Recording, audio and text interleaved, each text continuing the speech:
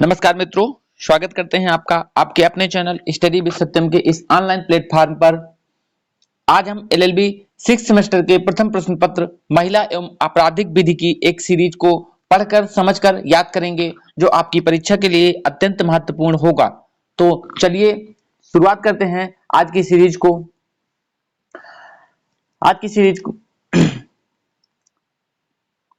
की शुरुआत करते हैं इस मोटिवेशनल वाक्य के साथ कि समय और शिक्षा का सही उपयोग ही व्यक्ति को सफल बना सकता है। यकीनन बिल्कुल सही कि समय और शिक्षा का सही उपयोग व्यक्ति को सफल बना सकता है।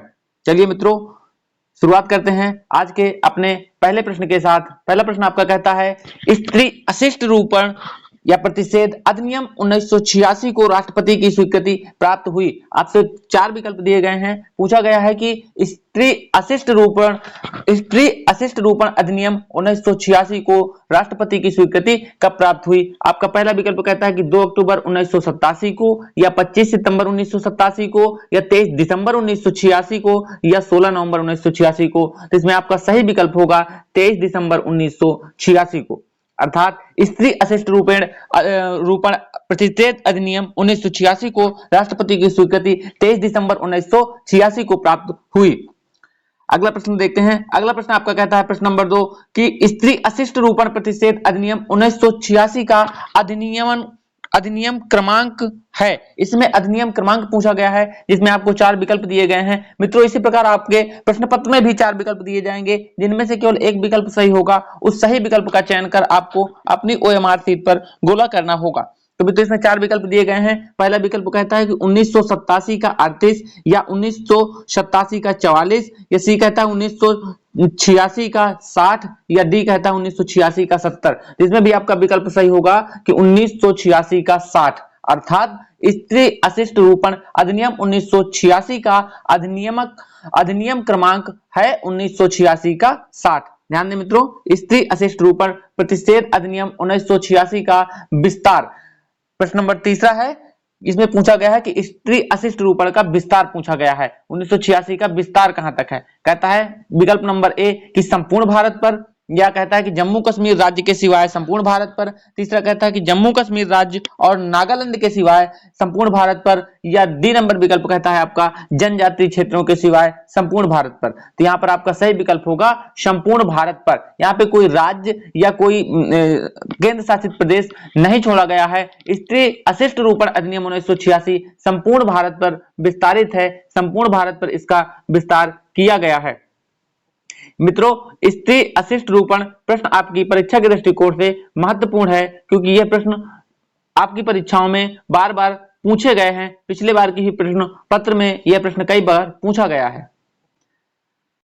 अगला प्रश्न देखते हैं। अगला प्रश्न आपका कहता है, स्त्री अशिष्ट रूपण प्रतिषेध अधिनियम 1986 में विज्ञापन परिभाषित है। इसमें पूछा गया कि विज्ञापन परिभाषित है, किस धारा में परिभाषित है। तो पहला विकल्प कहता है कि धारा 2 का के अधीन, या कहता है कि दूसरा विकल्प की धारा 2 खा के अधीन, तीसरा विकल्प कहता है कि धारा 2 गा के अधीन, या कहता है चौथा विकल्प कि धारा 2 घा के अधीन। अर्थात किसमें स्त्री अशिष्ट रूपण अधिनियम 1986 में विज्ञापन परिभाषित है। तो आपका सही उत्तर होगा धारा 2 का के अधीन। स्त्री अशिष्ट रूपण अधिनियम 1986 में विज्ञापन धारा 2 का के अधीन परिभाषित है। अगला प्रश्न आपका कहता है कि स्त्री अशिष्ट रूपण प्रतिषेध अधिनियम 1986 की धारा 2 खा के अनुसार वितरण के अंतर्गत, ये पूछा गया कि धारा 2 खा के अनुसार वितरण के अंतर्गत है। पहला विकल्प कहता है कि नमूने के तौर पर मुफ्त वितरण भी, या नमूने के सिवाय वितरण है, या नमूने के तौर पर चाहे मुफ्त या अन्यथा वितरण भी है, या उपर्युक्त में से कोई नहीं। यहाँ पे विकल्प आपका सही होगा कि नमूने के तौर पर चाहे मुफ्त या अन्यथा वितरण भी है। अगला प्रश्न आपका कहता है, महिलाओं का अशिष्ट रूपण प्रतिषेध अधिनियम 1986 की किस धारा के अधीन महिलाओं का अशिष्ट रूपण की परिभाषा दी गई है। तो इसमें 4 विकल्प आपको दिए गए हैं। कहता है कि धारा 2 का के अंतर्गत, या धारा 2 खा के अंतर्गत, या धारा 2 गा के अंतर्गत, या धारा 2 घा के अंतर्गत। यहाँ पे आपका सही विकल्प होगा धारा 2 गा के अंतर्गत। ध्यान दें, महिलाओं का अशिष्ट रूपण प्रतिषेध अधिनियम 1986 की धारा 2 गा के अधीन महिलाओं का अशिष्ट रूपण की परिभाषा दी गई है। धारा 2 गा के अंतर्गत। अगला प्रश्न आपका कहता है महिलाओं का अशिष्ट रूपण प्रतिषेध अधिनियम 1986 की किस धारा के अधीन महिलाओं का अशिष्ट रूपण करने वाले विज्ञापन प्रतिषेधित हैं। इसमें पूछा गया कि किस धारा के अंतर्गत महिलाओं का अशिष्ट रूपण करने वाले विज्ञापन प्रतिषेधित है। कहता है विकल्प ए की धारा 3 के अंतर्गत, या धारा 4 के अंतर्गत, या धारा 5 के अंतर्गत, या धारा 6 के अंतर्गत। तो आपका सही आंसर होगा धारा 3 के अंतर्गत प्रतिबंधित है, अर्थात महिलाओं का अशिष्ट रूपण करने वाले विज्ञापन धारा 3 के अंतर्गत प्रतिषेधित है। अगला प्रश्न आपका कहता है कि स्त्री अशिष्ट रूपण अंतर्विष्ट करने वाली पुस्तकों या पुस्तिकाओं आदि के प्रकाशन या डाक द्वारा भेजने का प्रतिषेध स्त्री अशिष्ट रूपण प्रतिषेध अधिनियम 1986 की कौन सी धारा के अधीन उपबंधित है। इसमें भी आपको 4 विकल्प दिए गए हैं। पहला विकल्प कहता है धारा 3 के अंतर्गत, या कहता है दूसरा विकल्प की धारा 4 के अंतर्गत, या धारा 5 के अंतर्गत, या धारा 6 के अंतर्गत। तो यहाँ पे आपका सही विकल्प होगा धारा 4 के अंतर्गत, धारा 4 के अंतर्गत। अर्थात स्त्री अशिष्ट रूपण अंतर्विष्ट करने वाली पुस्तकों पुस्तिकाओं आदि के प्रकाशन या डाक द्वारा भेजने का प्रतिषेध स्त्री अशिष्ट रूपण अधिनियम 1986 धारा 4 के अंतर्गत उपबंधित है, धारा 4 के अधीन उपबंधित है। अगला प्रश्न आपका कहता है प्रश्न नंबर 9, महिलाओं का अशिष्ट रूपण प्रतिषेध अधिनियम 1986 की किस धारा के अधीन किसी स्थान में जहां यह विश्वास करने का कारण हो कि वहां इस अधिनियम के अधीन कोई अपराध किया गया हो या किया जा रहा हो प्रवेश करने और तलाशी लेने की शक्ति उपबंधित करती है। यहाँ पे आपको 4 विकल्प दिए गए हैं, कहता है धारा 3, या धारा 6, या धारा 4, या धारा 5। तो इसमें आपका सही विकल्प होगा धारा 5 के अंतर्गत, इसका उत्तर होगा धारा 5 के अंतर्गत। अगला प्रश्न आपका महिलाओं का अशिष्ट रूपण अधिनियम की धारा 5 के अंतर्गत प्रवेश करने तथा तलाशी लेने की शक्ति प्राप्त है। आपका उपरोक्त प्रश्न भी यही सवाल पूछ रहा था, यही प्रश्न कर रहा था। प्रश्न नंबर 9 और प्रश्न नंबर 10 लगभग दोनों के एक ही समान आंसर है, उसमें धारा 5 है, इसमें धारा 5 के अंतर्गत पूछा गया है। तो इसमें से 4 विकल्प आपको दिए गए हैं।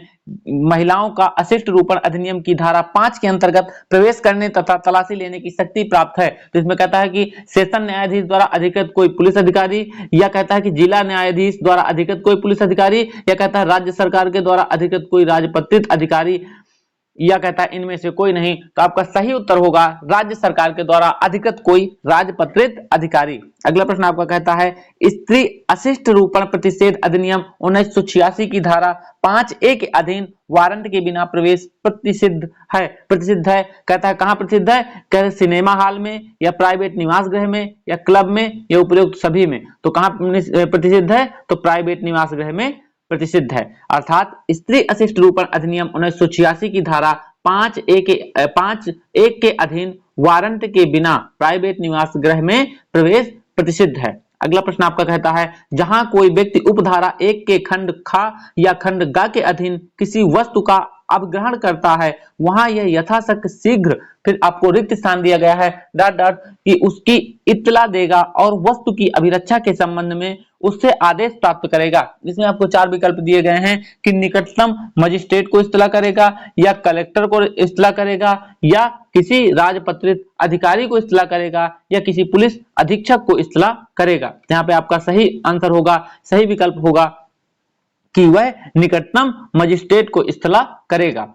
अगला प्रश्न आपका प्रश्न नंबर 13 कहता है कि स्त्री अशिष्ट रूपण प्रतिषेध अधिनियम 1986 की धारा 3 या धारा 4 के अधीन प्रथम दोष सिद्ध पर दंड है। आपको 4 विकल्प दिए गए हैं, कहता है प्रथम दोष सिद्धि पर क्या दंड है। पहला कहता है कि दोनों में से किसी भांति का कारावास जिसकी अवधि 6 माह तक की हो सकेगी और जुर्माना जो 1000 रुपए तक हो सकेगा। यह कहता है कि दोनों में से किसी भांति का कारावास जिसकी अवधि 1 वर्ष तक हो सकेगी और जुर्माना 2000 रुपए तक हो सकेगा। या तीसरा कहता है दोनों में से किसी भांति का कारावास जिसकी अवधि 2 वर्ष तक की हो सकेगी और जुर्माना जो 2000 रुपए तक हो सकेगा। या चौथा विकल्प कहता है दोनों में से किसी भांति का कारावास जिसकी अवधि 3 वर्ष तक हो सकेगी और जुर्माना 2000 रुपए तक हो सकेगा। यहाँ आपका विकल्प नंबर सी सही है कि दोनों में से किसी भांति का कारावास जिसकी अवधि 2 वर्ष तक की हो सकेगी और जुर्माना 2000 रुपए तक हो सकेगा। अगला प्रश्न आपका कहता है स्त्री अशिष्ट रूपण प्रतिषेध अधिनियम 1986 की धारा 3 या धारा 4 के अधीन द्वितीय या पश्चातवर्ती दोष सिद्ध पर दंड है। इसमें भी आपको 4 विकल्प दिए गए हैं। कह रहा है कि द्वितीय या पश्चातवर्ती दोष सिद्ध पर दंड है। पहला विकल्प आपका कहता है कि कारावास अवधि 6 माह से कम की नहीं होगी, किंतु जो 3 वर्ष तक हो सकेगी, और जुर्माने में भी जो 5,000 रुपए से कम नहीं होगा, किंतु जो 50,000 रुपए तक हो सकेगा। आपका विकल्प गलत है। दूसरा विकल्प कहता है कारावास जिसकी अवधि 6 माह से कम की नहीं होगी, किंतु 5 वर्ष तक की हो सकेगी, और जुर्माना में भी जो 10,000 रुपए से कम नहीं होगा, किंतु जो 1 लाख तक रुपए तक हो सकेगा। अर्थात 10,000 से कम नहीं होगा और 1 लाख रुपए तक हो सकेगा। तीसरा विकल्प आपका कहता है कारावास जिसकी अवधि 2 वर्ष से कम नहीं होगी, किंतु जो 5 वर्ष तक हो सकेगा, और जुर्माने से भी जो 15,000 रुपए से कम नहीं होगा, किंतु 2 लाख रुपए तक हो सकेगा, या इनमें से कोई नहीं। तो आपका सही विकल्प होगा विकल्प नंबर बी, अर्थात कारावास जिसकी अवधि 6 माह से कम की नहीं होगी, किंतु 5 वर्ष तक हो सकेगी, और जुर्माने में 10,000 रुपए से कम नहीं होगा, किंतु 1 लाख रुपए तक हो सकेगा। अगला प्रश्न आपका प्रश्न नंबर 15 कहता है स्त्री अशिष्ट रूपण प्रतिषेध अधिनियम 1986 के अंतर्गत अपराध है। इसमें पूछा गया कि 1986 के अंतर्गत अपराध है। स्त्री अशिष्ट रूपण अधिनियम 1986 के अंतर्गत अपराध है, असंज्ञेय है या अजमानती अपराध है। यह कहता है ना तो जमानती और ना ही संज्ञेय अपराध है। यह कहता है कि संज्ञेय और जमानती दोनों अपराध है। तो यहाँ पे आपका विकल्प नंबर डी सही होगा, यह संज्ञेय और जमानती ये दोनों अपराध है। अगला प्रश्न आपका कहता है महिलाओं का अशिष्ट रूपण प्रतिषेध अधिनियम 1986 की किस धारा के अनुसार इस अधिनियम के अधीन के अपराध संज्ञेय होंगे। कह रहा है वह धारा बताइए जिसके अनुसार इस अधिनियम के अधीन के अपराध संज्ञेय होंगे। कहता है धारा 8 के अंतर्गत, धारा 7 के अंतर्गत, धारा 9 के अंतर्गत या धारा 10 के अंतर्गत। तो आपका सही विकल्प होगा धारा 8 के अंतर्गत। अर्थात महिलाओं का अशिष्ट रूपण प्रतिषेध अधिनियम 1986 की धारा 8 के अनुसार इस अधिनियम के अधीन के अपराध संज्ञेय होंगे। अगला प्रश्न आपका कहता है स्त्री अशिष्ट रूपण प्रतिषेध अधिनियम 1986 के अंतर्गत अपराध है। कौन सा अपराध है? कहता है असंज्ञेय अपराध है या अजमानती अपराध है। ना तो जमानती और ना ही संज्ञेय अपराध है, या संज्ञेय और जमानती दोनों अपराध है। मित्रों ध्यान दें, संज्ञेय और जमानती दोनों हैं। यह प्रश्न आपका रिपीटेड प्रश्न है, इसके पहले भी हम इस प्रश्न को याद कर चुके हैं या पढ़ चुके हैं। अगला प्रश्न आपका कहता है महिलाओं का अशिष्ट रूपण अधिनियम के अंतर्गत दंडनीय अपराध होगा।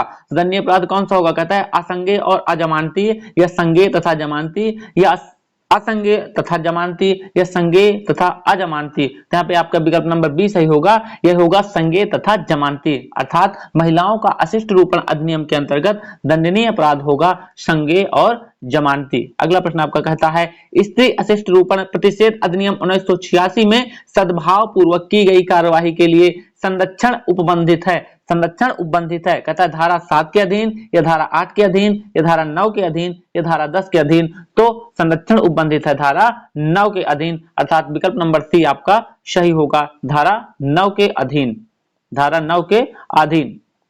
अगला प्रश्न आपका प्रश्न नंबर 20 कहता है कि स्त्री अशिष्ट रूपण प्रतिषेध अधिनियम 1986 के अधीन सद्भाव पूर्वक की गई कार्यवाही के लिए संरक्षण प्रदान किया गया है। कहता है जब सद्भाव पूर्वक की गई कार्यवाही के लिए संरक्षण प्रदान किया गया है। संरक्षण कब प्रदान किया गया है? इसमें आपको 4 विकल्प दिए गए हैं। कहता है केंद्रीय सरकार को या राज्य सरकार को, या कहता है केंद्रीय सरकार या किसी राज्य सरकार के अधीन किसी अधिकारी को, या कहता है उपयुक्त सभी को। तो इसमें उपयुक्त सभी को संरक्षण प्रदान किया गया है। केंद्रीय सरकार को भी संरक्षण प्रदान किया गया है, राज्य सरकार को भी संरक्षण प्रदान किया गया है, केंद्रीय सरकार या किसी राज्य के किसी अधिकारी को भी संरक्षण प्रदान किया गया है, उपयुक्त सभी को संरक्षण प्रदान किया गया है। अगला प्रश्न आपको कहता है अखिल भारतीय महिला कॉन्फ्रेंस AIWC, अखिल भारतीय महिला कॉन्फ्रेंस का गठन कब शुरू किया गया था? कहता 1927 में या 1929 में या 1978 में या इनमें से कोई नहीं। तो इसका गठन 1927 में शुरू किया गया था। कब शुरू किया गया था? 1927 में। अगला प्रश्न आपका कहता है महिलाओं की ओर से, फिर आपको खाली स्थान दिया गया है,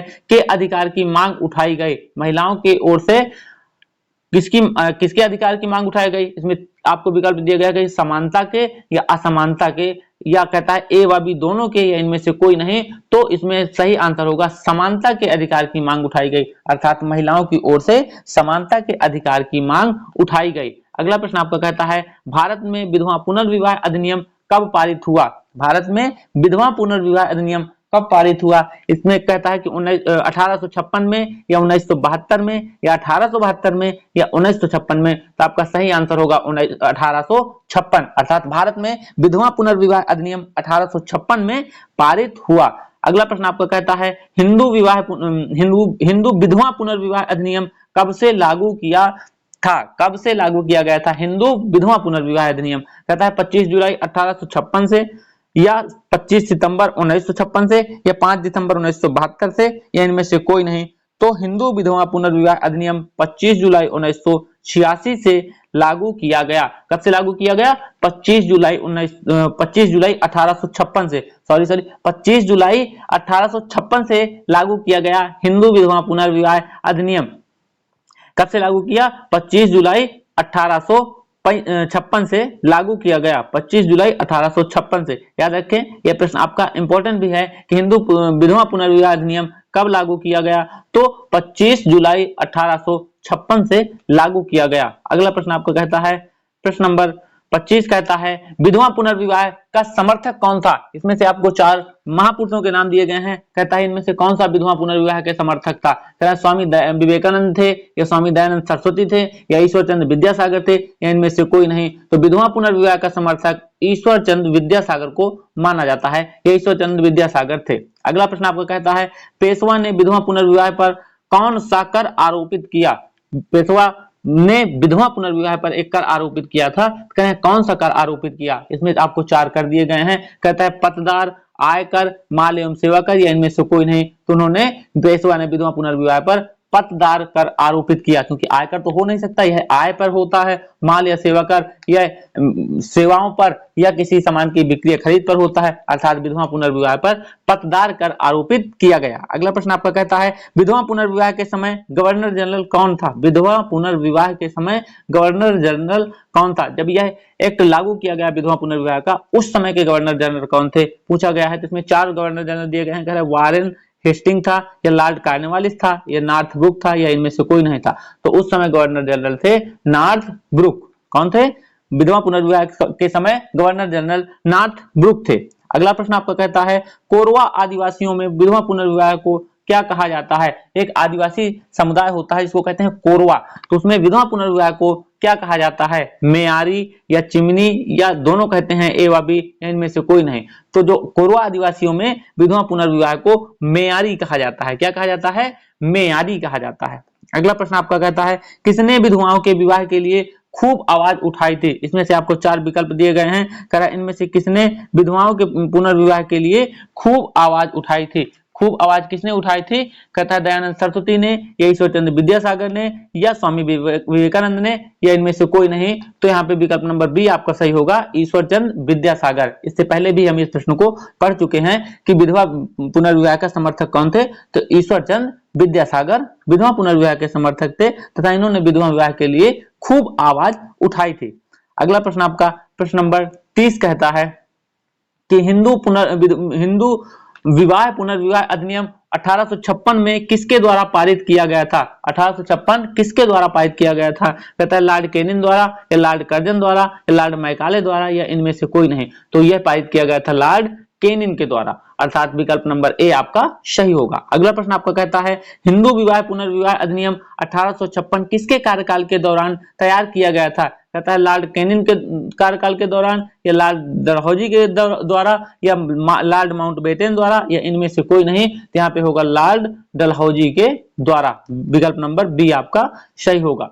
अगर पूछा है कि किसके कार्यकाल के दौरान तैयार किया गया था, तो लॉर्ड डलहौजी के कार्यकाल के दौरान तैयार किया गया था। अगला प्रश्न आपका कहता है किस वर्ष में चाइल्ड मैरिज रिस्ट्रेट एक्ट पारित हुआ था? रिस्ट्रेट एक्ट पारित हुआ था, कहता 1925 में या 1929 में या 1978 में या इनमें से कोई नहीं। तो पारित हुआ था 1929 ईस्वी में, अर्थात विकल्प नंबर बी आपका सही होगा। अगला प्रश्न आपका कहता है चाइल्ड मैरिज रिस्ट्रेट एक्ट को अन्य किस नाम से जाना जाता है? इसका अन्य क्या नाम हो सकता है? शारदा एक्ट, बाल एक्ट या ए व बी दोनों या इनमें से कोई नहीं। तो इसको अन्य शारदा एक्ट के नाम से जाना जाता है, जो 1929 ईस्वी में पारित हुआ था। ध्यान दें, 1929 ईस्वी के शारदा एक्ट के नाम से जाना जाता है। अगला प्रश्न आपका कहता है चाइल्ड मैरिज रिस्ट्रेंट एक्ट को शारदा एक्ट क्यों कहा गया। अब पूछता है कि शारदा एक्ट इसको क्यों कहा गया था, क्योंकि यह 1927 में पारित हुआ था, या इसे राय साहेब हरविलास शारदा ने इंट्रोड्यूस किया था।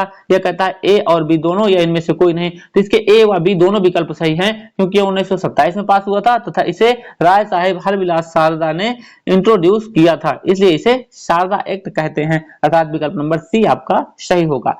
अगला प्रश्न आपका कहता है कि बाल विवाह किसकी रचना है। रचना है बाल विवाह। पूछ रहा है कि इनमें से किसकी रचना है। आपको चार विकल्प दिए गए हैं। कहता है बाल कृष्ण भट्ट की रचना है, या जयशंकर प्रसाद की रचना है, या मुंशी प्रेमचंद की रचना है, या इनमें से कोई नहीं। तो बाल विवाह रचना है बाल कृष्ण भट्ट की। बाल विवाह रचना बाल कृष्ण भट्ट की। इसमें ट्रिक क्या होगा, बाल विवाह और बाल कृष्ण भट्ट। अर्थात जब आप देखिएगा कि बाल विवाह किसकी रचना है तो आप सीधे कह दीजिए कि बाल कृष्ण भट्ट की रचना है। अगला प्रश्न आपका कहता है बाल विवाह पर रोक कब लगी। बाल विवाह पर रोक लगी कब लगी।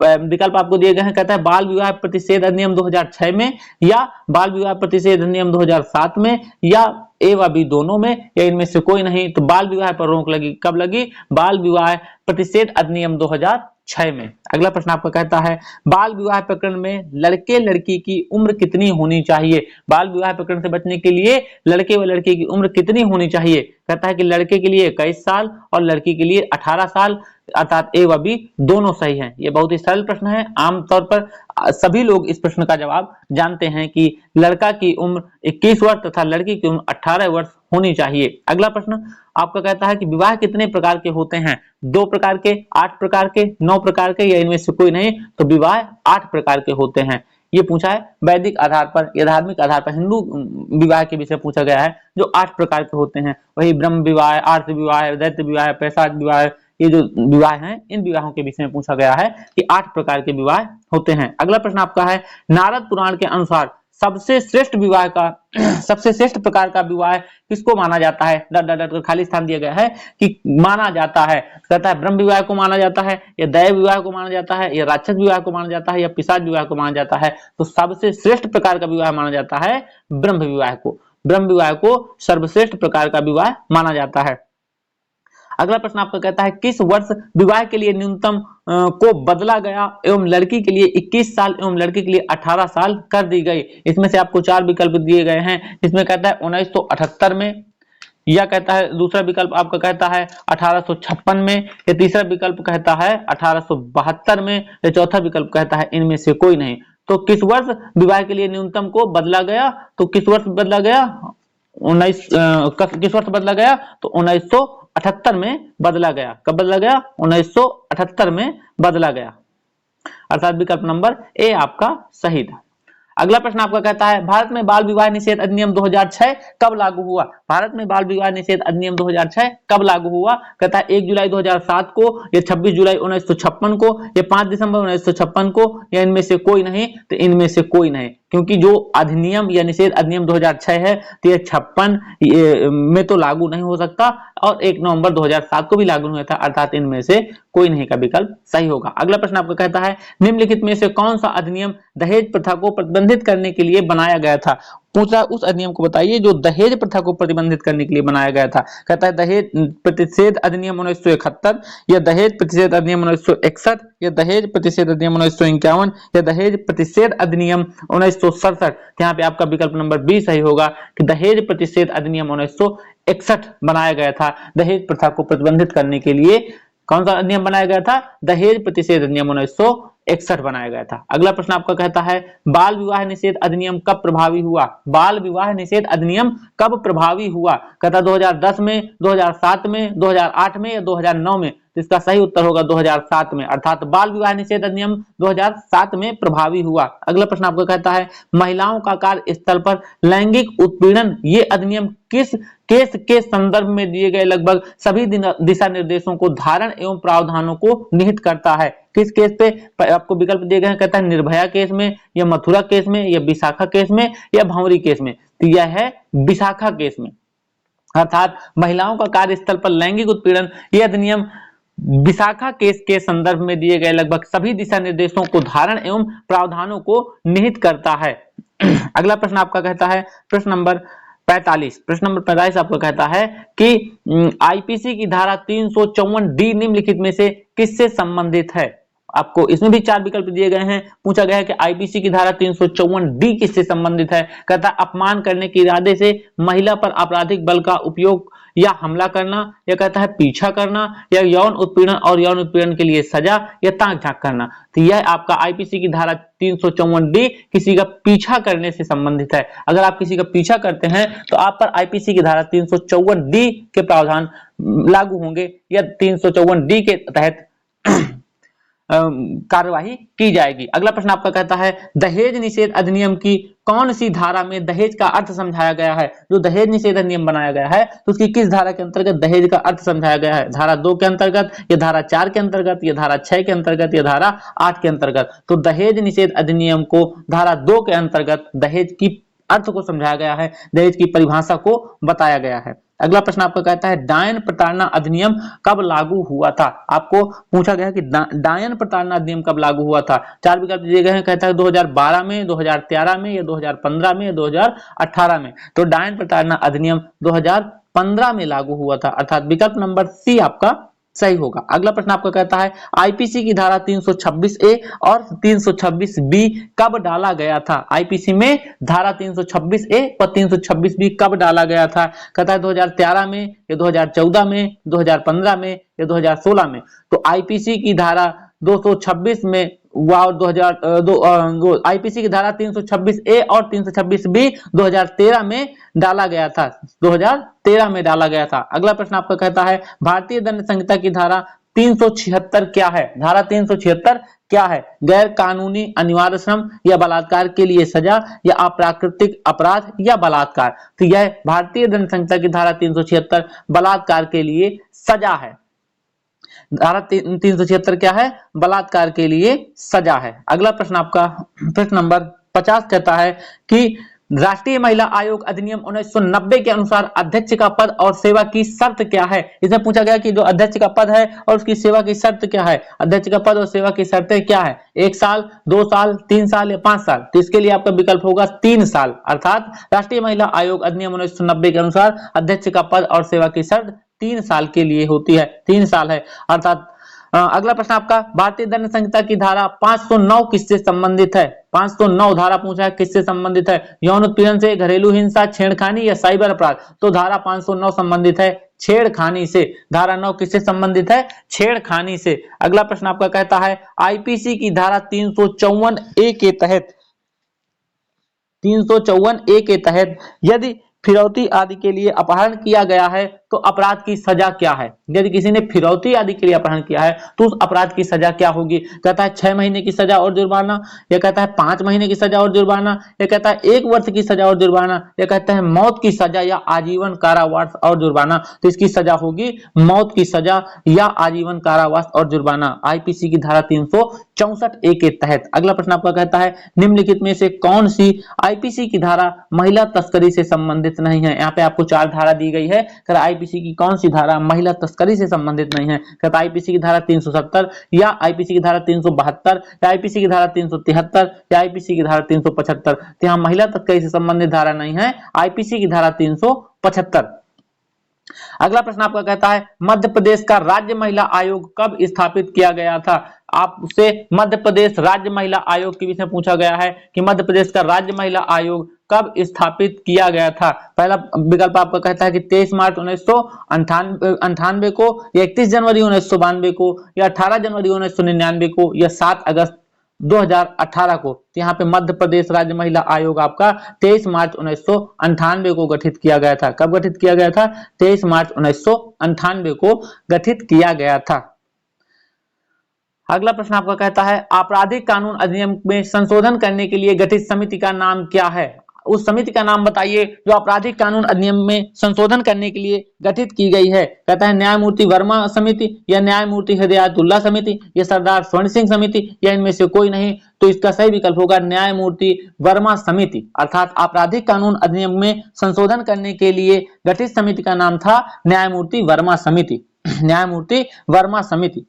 अगला प्रश्न आपका कहता है एसिड हमला अपराध किस धारा के अंतर्गत पंजीकृत किया जाता है। यदि कोई एसिड हमला होता है तो किस धारा के अंतर्गत पंजीकृत है, किस धारा के अंतर्गत उसको पंजीकृत करेंगे। यदि किसी महिला पर एसिड हमला का अपराध हुआ है, एसिड हमला हुआ है, कहता है धारा 326 के तहत, या धारा 320 के तहत, या धारा 322 के तहत, या उपयुक्त सभी। तो एसिड हमला का अपराध धारा 326, 320 और 322 तीनों के तहत पंजीकृत किया जाता है। अगला प्रश्न आपका कहता है, अगला प्रश्न आपको कहता है कि निम्नलिखित में से किस अधिनियम के अंतर्गत आरोपी के विरोध में शिकायत की कार्यवाही पुलिस स्टेशन, जिला न्यायालय, उपनिदेशक और महिला एवं बाल विकास में कर सकते हैं। कहता है सती प्रथा रोकथाम अधिनियम, या घरेलू हिंसा से महिला का संरक्षण अधिनियम, या कहता है स्त्री अशिष्ट रूपण प्रतिरोध अधिनियम, या कहता है दहेज निषेध अधिनियम। तो यहाँ पे आपका सही उत्तर होगा स्त्री अशिष्ट रूपण प्रतिरोध अधिनियम।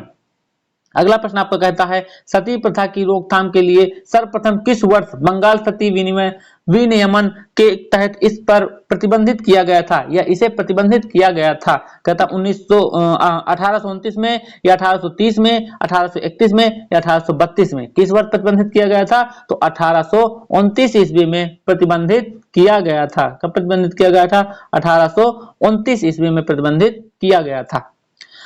अगला प्रश्न आपका कहता है कि अपनी शीलता को अपमानित करने के इरादे से महिला पर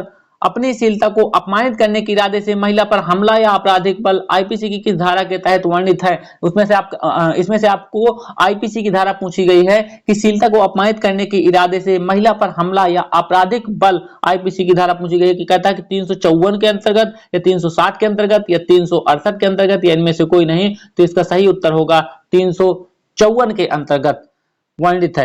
अगला प्रश्न आपको कहता है निम्नलिखित में से कौन सा अधिनियम घरेलू हिंसा एवं महिला की सुरक्षा से संबंधित है। इसमें से आपको अधिनियम दिया गया है, कह निम्नलिखित में से कौन सा अधिनियम घरेलू हिंसा से महिला की सुरक्षा से संबंधित है।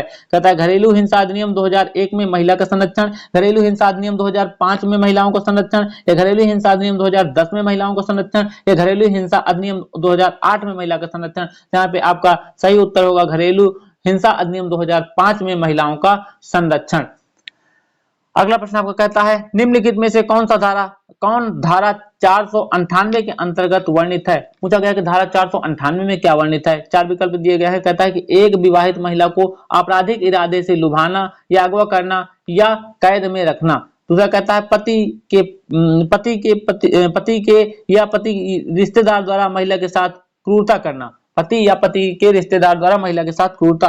तीसरा कहता है बलात्कार का प्रयास, या इनमें से कोई नहीं। तो यहाँ पे आपका सही उत्तर होगा कि धारा 498 के अंतर्गत एक विवाहित महिला को आपराधिक इरादे से लुभाना या अगवा करना या कैद में रखना। अगला प्रश्न आपका कहता है घरेलू हिंसा में महिलाओं का संरक्षण अधिनियम 2005 भारतीय संविधान के किस अनुच्छेद के अंतर्गत आता है। आपसे वो अनुच्छेद पूछा गया है जिसमें महिला का संरक्षण अधिनियम 2005 रखा गया है, तो कहता है किस अनुच्छेद के अंतर्गत है। चार विकल्प दिए गए हैं। कहता है अनुच्छेद 14 के अंतर्गत, या अनुच्छेद 14 व 15 के अंतर्गत, या अनुच्छेद 15 व 21 के अंतर्गत, या अनुच्छेद 14, 15 व 21 के अंतर्गत। तो इसका सही उत्तर होगा अनुच्छेद 14, 15 व 21 के अंतर्गत रखा गया है। अगला प्रश्न आपका कहता है घरेलू हिंसा में महिलाओं का संरक्षण अधिनियम 2005 कब पारित हुआ। इससे पूछा गया है कि 2005 जो घरेलू हिंसा में महिलाओं का संरक्षण अधिनियम है कब पारित हुआ। कहता है 2 अक्टूबर 2005 को, या 30 जनवरी 2006 को, या कहता है 13 सितंबर 2005 को, या कहता है 26 अक्टूबर 2006 को। तो कब पारित हुआ था,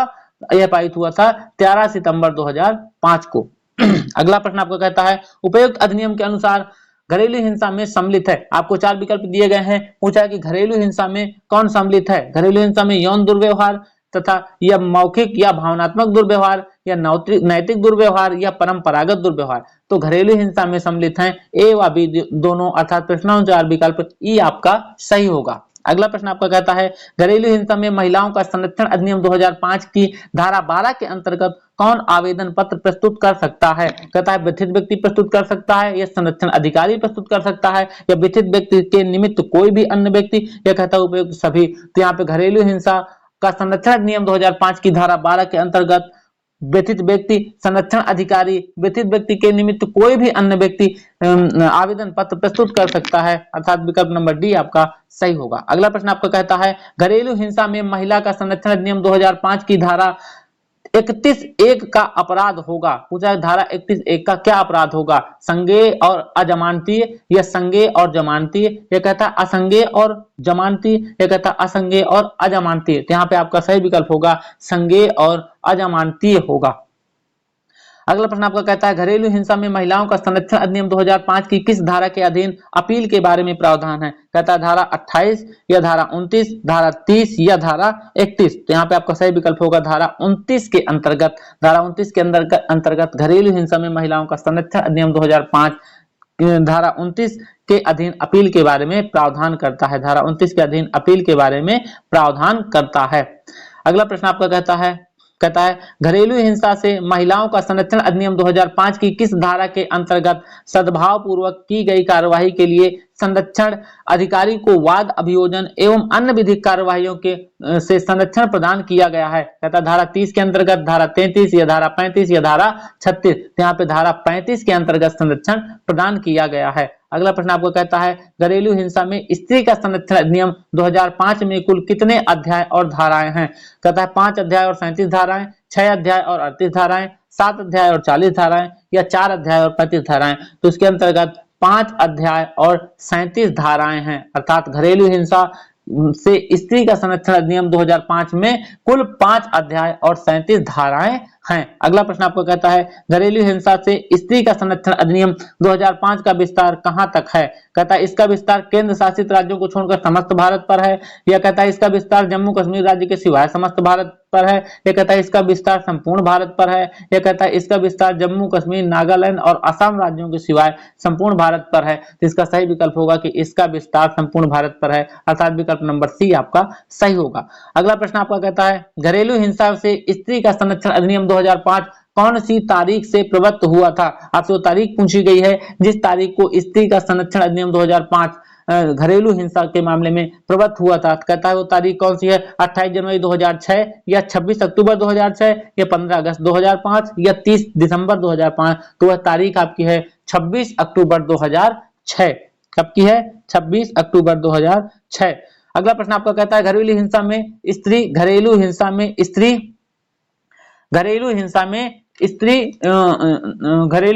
स्त्री का संरक्षण अधिनियम धारा 3। अगला प्रश्न आपको कहता है घरेलू हिंसा में स्त्री का संरक्षण अधिनियम धारा 3 के तहत यौन दुर्व्यवहार या लैंगिक दुर्व्यवहार का तात्पर्य क्या है। आपको 4 विकल्प दिए गए हैं। पूछा गया है कि यौन दुर्व्यवहार या लैंगिक दुर्व्यवहार का तात्पर्य क्या है। कहता है ऐसा कृत्य या आचरण जो नारी की गरिमा और सम्मान का दुरुपयोग करता है, या कहता है बलात्संग या जार कर्म एवं बलात्संग की श्रेणी में नहीं आता है, या वेश्यावृत्ति। तो यहाँ पर ऐसा कृत्य का आचरण जो नारी की गरिमा और सम्मान का दुरुपयोग करता है। कौन सा कृत्य, ऐसा कृत्य जो नारी की गरिमा और सम्मान का दुरुपयोग करता है। अगला प्रश्न आपका कहता है आपराधिक भय और आपराधिक बल किस प्रकार की घरेलू हिंसा में सम्मिलित हैं। आपराधिक भय और आपराधिक बल किस प्रकार की घरेलू हिंसा में सम्मिलित है। पहले विकल्प कहता है कि यौन दुर्व्यवहार के अंतर्गत सम्मिलित है, या यौन दुर्व्यवहार के अंतर्गत सम्मिलित हैं, या दूसरा विकल्प आपका कहता है कि मौखिक और भावनात्मक दुर्व्यवहार के अंतर्गत सम्मिलित है, या शारीरिक दुर्व्यवहार के अंतर्गत सम्मिलित है, या आर्थिक दुर्व्यवहार के अंतर्गत सम्मिलित है। तो यहाँ पर आपका विकल्प सी होगा कि यह शारीरिक दुर्व्यवहार के अंतर्गत सम्मिलित है। अगला प्रश्न आपका कहता है कि पुत्र पैदा नहीं करने अथवा बांझ कहकर उपहास करना या भिखारी की औलाद नाम से महिला को पुकारना किस प्रकार की घरेलू हिंसा में सम्मिलित है। अगर कोई किसी को पुत्र नहीं पैदा करने पर अथवा बांझ कहकर उपहास करना या भिखारी की औलाद नाम से महिला को बुलाना किस प्रकार की घरेलू हिंसा में सम्मिलित है। कहता है यौन दुर्व्यवहार माना जाएगा, या मौखिक और भावनात्मक दुर्व्यवहार माना जाएगा, या शारीरिक दुर्व्यवहार माना जाएगा, या आर्थिक दुर्व्यवहार माना जाएगा। यह माना जाएगा, आपका उत्तर होगा इसका मौखिक और भावनात्मक दुर्व्यवहार। वास्तव में यह मौखिक और भावनात्मक दुर्व्यवहार हुआ। अगर किसी को कोई मौखिक तौर पर कुछ कहकर चिढ़ाता है या उसको उपहास करता है या उसकी भावनाओं के साथ बुरा व्यवहार करता है, उसकी भावनाओं को ठेस पहुंचाता है, तो यह मौखिक और भावनात्मक दुर्व्यवहार के अंतर्गत आएगा या माना जाएगा। अगला प्रश्न आपका कहता है किसी स्त्री को स्त्री धन, मालिकाना हक, उसकी संतान के भरण पोषण और उसके मूल्यवान प्रतिभूतियों से वंचित कर देना किस प्रकार की घरेलू हिंसा में शामिल है। पूछा गया है कि यदि स्त्री को स्त्री धन या उसका मालिकाना जो हक है या उसकी संतान के भरण पोषण और उसके मूल्यवान प्रतिभूतियों से वंचित कर दिया जाता है तो यह किस प्रकार की घरेलू हिंसा है। कहता है शारीरिक दुर्व्यवहार है, ये यौन दुर्व्यवहार है, ये मौखिक एवं भावनात्मक दुर्व्यवहार है, ये आर्थिक दुर्व्यवहार है। तो यह आर्थिक दुर्व्यवहार के अंतर्गत रखा जाता है, आर्थिक दुर्व्यवहार माना जाता है। अगला प्रश्न आपका कहता है इस अधिनियम की धारा 7 के अंतर्गत व्यथित व्यक्ति के अलावा कौन सा व्यक्ति चिकित्सा प्रभारी व्यक्ति को व्यथित व्यक्ति की चिकित्सीय सहायता उपलब्ध कराने हेतु अनुरोध कर सकता है। कहता है संरक्षण अधिकारी और या सेवा प्रदाता का, या दूसरा कहता है कि मुख्य न्यायिक मजिस्ट्रेट या सेशन न्यायाधीश। तीसरा विकल्प कहता है जिला मजिस्ट्रेट और या उपखंड मजिस्ट्रेट। या चौथा विकल्प कहता है उपर्युक्त में से कोई नहीं। तो यहाँ पे आपका सही आंसर होगा संरक्षण अधिकारी और या सेवा प्रदाता।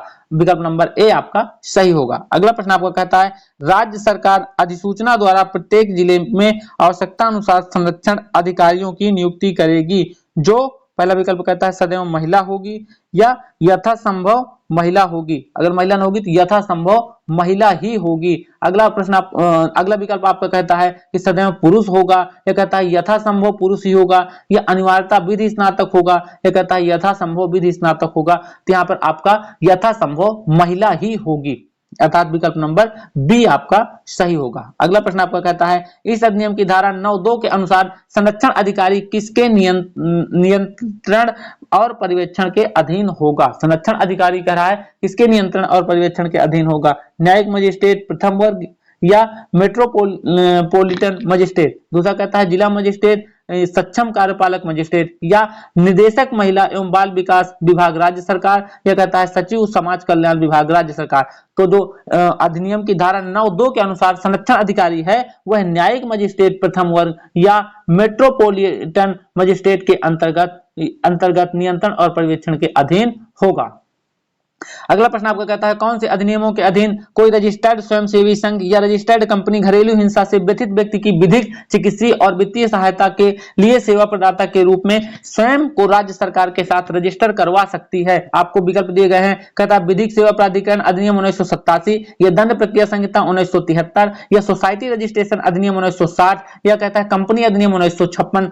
या कहता है ए व बी दोनों सही है, या सी व डी दोनों सही है। तो आपका सही उत्तर सी व डी दोनों हैं, अर्थात प्रश्नानुसार विकल्प एफ सही है। क्योंकि पूछ रहा है कि कौन से अधिनियमों के अधीन कोई रजिस्टर्ड स्वयंसेवी संघ या रजिस्टर्ड कंपनी घरेलू हिंसा से व्यथित व्यक्ति की विधिक, चिकित्सीय और वित्तीय सहायता के लिए सेवा प्रदाता के रूप में स्वयं को राज्य सरकार के साथ रजिस्टर करवा सकती है। तो करवा सकती है सोसाइटी रजिस्ट्रेशन अधिनियम 1960 के अंतर्गत भी और कंपनी अधिनियम 1956 के अंतर्गत भी करवा सकते हैं, अर्थात विकल्प नंबर सी व डी दोनों सही होंगे। विकल्प नंबर सी व डी दोनों सही होंगे। अगला प्रश्न आपका कहता है केंद्र सरकार और प्रत्येक राज्य सरकार घरेलू हिंसा पर अंकुश लगाने हेतु क्या उपाय करेंगी। कहता है विकल्प आपको दिए गए हैं 4 विकल्प। कहता है सार्वजनिक मीडिया द्वारा व्यापक प्रचार करेगी, या न्यायिक अधिकारियों और पुलिस अधिकारियों को प्रशिक्षण देगी, या कहता है विधि, गृह, स्वास्थ्य और मानव संसाधन मंत्रालयों विभागों के बीच समन्वय करेगी, या उपर्युक्त सभी। यहाँ पे उपर्युक्त सभी विकल्प आपके सही हैं कि केंद्र सरकार प्रत्येक राज्य सरकार घरेलू हिंसा पर अंकुश लगाने के लिए सार्वजनिक मीडिया द्वारा प्रचार भी करती है और न्यायिक अधिकारियों और पुलिस अधिकारियों को प्रशिक्षण भी प्रदान किया जाता है, तथा विधि, गृह, स्वास्थ्य एवं मानव संसाधन मंत्रालय विभागों के बीच समन्वय स्थापित करता है। अगला प्रश्न आपका प्रश्न नंबर 84 कहता है, प्रश्न नंबर 84 आपका कहता है कि इस अधिनियम की धारा 12 के अधीन मजिस्ट्रेट के समक्ष आवेदन प्रस्तुत किए जाने के पश्चात अनुतोष का आदेश पारित करने के पूर्व वह किन पर विचार करेगा। कहता है कि पहला कथन कहता है कि व्यथित व्यक्ति का या उसकी ओर से प्रस्तुत अन्य व्यक्ति का आवेदन पत्र, या कहता है सुरक्षा अधिकारी की रिपोर्ट, इसे कहता है सेवा प्रदाता की रिपोर्ट, या कहता है उपयुक्त सभी या उनमें से कोई नहीं। यहाँ पर उपयुक्त सभी पर विचार करेगा, अर्थात व्यथित व्यक्ति या उसकी सेवा की ओर से प्रस्तुत अन्य व्यक्ति का आवेदन पत्र पर भी विचार करेगा, सुरक्षा अधिकारी की रिपोर्ट पर भी विचार करेगा, सेवा प्रदाता की रिपोर्ट पर भी विचार करेगा।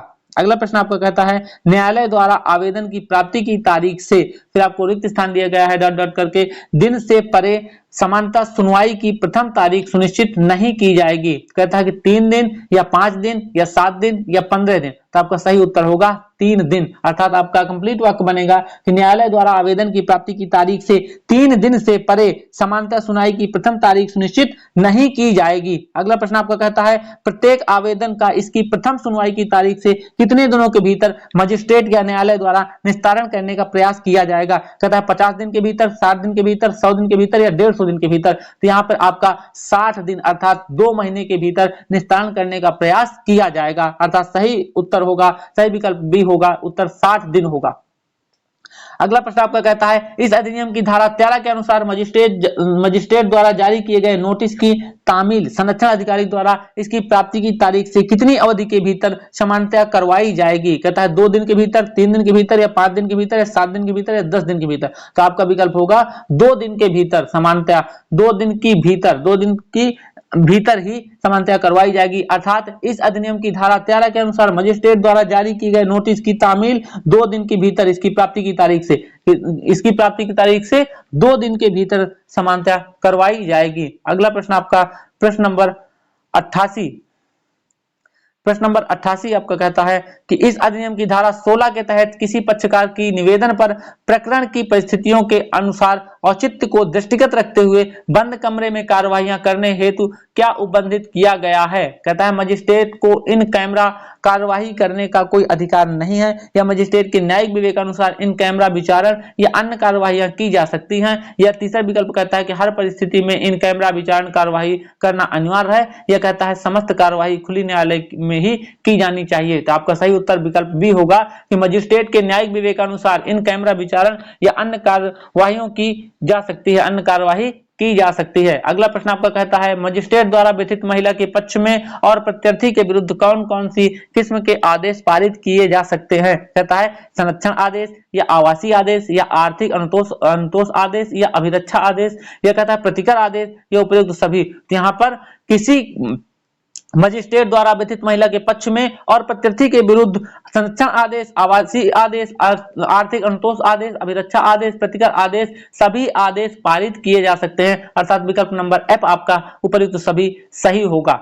अगला प्रश्न आपका कहता है इस अधिनियम की कौन सी धारा के अंतर्गत किसी महिला को साझे आवास में निवास करने का अधिकार दिया गया है, चाहे इसमें से कोई अधिकार, हक या लाभकारी हित है या नहीं। तो इसमें का प्रावधान किसमें किया गया। कहता है धारा 15 में, धारा 16 में, धारा 17 में, धारा 18 में। इसका प्रावधान धारा 17 के अंतर्गत किया गया है। अगला प्रश्न आपका कहता है संरक्षण अधिकारियों की नियुक्ति इस अधिनियम की कौन से धारा के अंतर्गत की जाती है।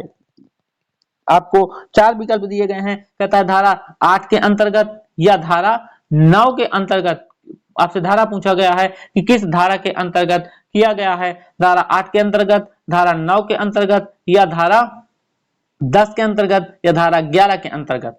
तो यहाँ पर आपका सही विकल्प होगा धारा 8 के अंतर्गत। अर्थात विकल्प नंबर ए आपका सही होगा कि धारा 8 के अंतर्गत इसका प्रावधान किया गया है। धारा 8 विकल्प ए आपका सही होगा, विकल्प ए आपका सही होगा। अगला प्रश्न आपका कहता है इस अधिनियम के कौन से प्रावधान के अधीन सेवा प्रदाता के रूप में राज्य सरकार के साथ पंजीकरण कराया जा सकता है। कहता धारा 8 के अंतर्गत, धारा 9 के अंतर्गत, धारा 10 के अंतर्गत या धारा 11 के अंतर्गत। तो यहाँ पर राज्य सरकार के साथ पंजीकरण धारा 10 के अंतर्गत करवाया जाता है। अर्थात विकल्प नंबर सी आपका सही होगा। अगला प्रश्न आपका कहता है मजिस्ट्रेट संतुष्ट होने पर कि घरेलू हिंसा हुई है वह व्यथित महिला के पक्ष में व प्रत्यर्थी के विरुद्ध आवासीय आदेश किस परिस्थिति में पारित कर सकता है। आपको 5 विकल्प दिए गए हैं। हालांकि प्रश्न पत्रिका में आपको 4 विकल्प ही दिए जाएंगे।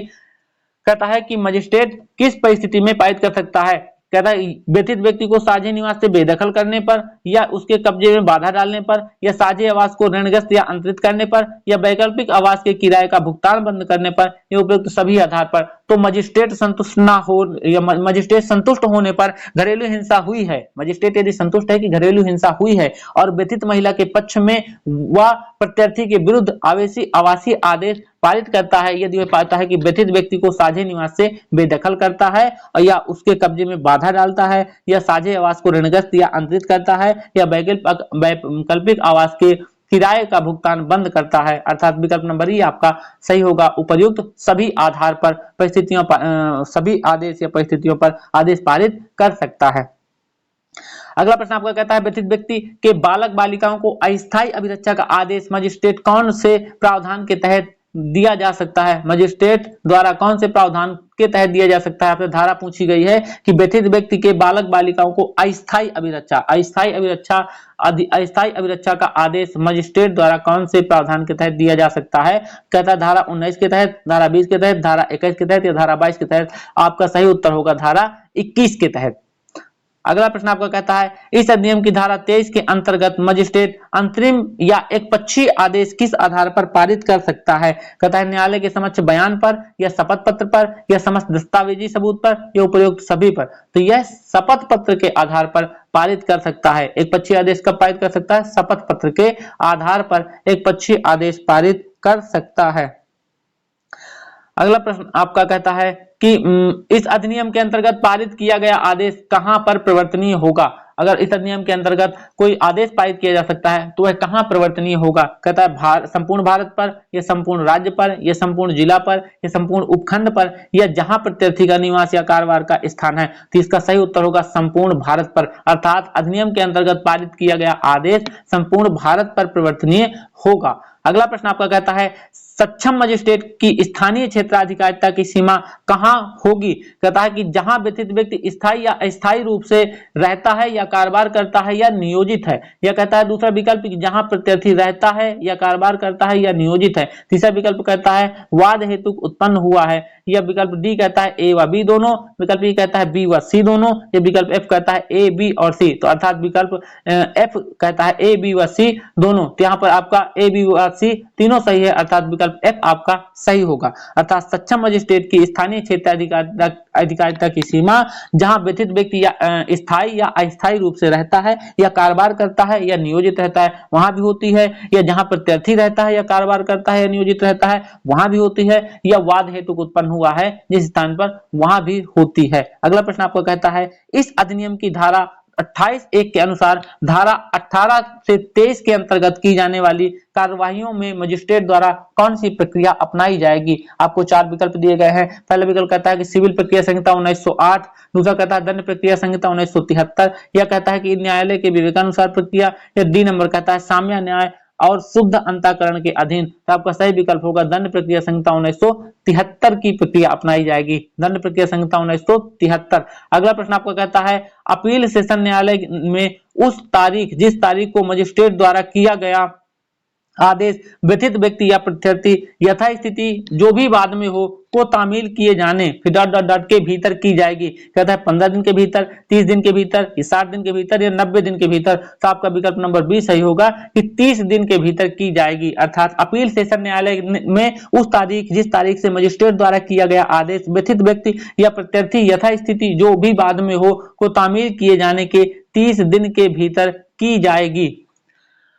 अगला प्रश्न आपका कहता है प्रश्न नंबर 100 आपका कहता है कि प्रत्याशी द्वारा संरक्षण आदेश का उल्लंघन करने पर उस पर कितनी शास्ति आरोपित की जा सकती है। कहता है 1 वर्ष तक कारावास या 20,000 रुपए तक का जुर्माना या दोनों। ये दूसरा कहता है 6 मास तक का कारावास या 10,000 रुपए तक का जुर्माना या दोनों। यह कहता है 2 वर्ष तक का कारावास या 20,000 रुपए तक का जुर्माना या दोनों। यह कहता है 1 वर्ष तक का कारावास या 10,000 रुपए तक जुर्माना या दोनों। इसका सही विकल्प होगा 1 वर्ष का कारावास तथा 20,000 रुपए तक का जुर्माना या दोनों। अर्थात प्रत्याशी द्वारा संरक्षण आदेश का उल्लंघन करने पर उस पर 1 वर्ष का कारावास या 20,000 रुपए का जुर्माना या दोनों अधिरोपित की जा सकती है। अगला प्रश्न आपका कहता है इस अधिनियम की धारा 31(1) के अधीन दंडनीय अपराध डॉट डॉट डॉट है। पूछता है दंडनीय अपराध क्या है, संज्ञेय या अजमानतीय, असंज्ञेय और जमानतीय, असंज्ञेय और अजमानतीय, संज्ञेय या जमानतीय। तो ये है संज्ञेय और अजमानतीय।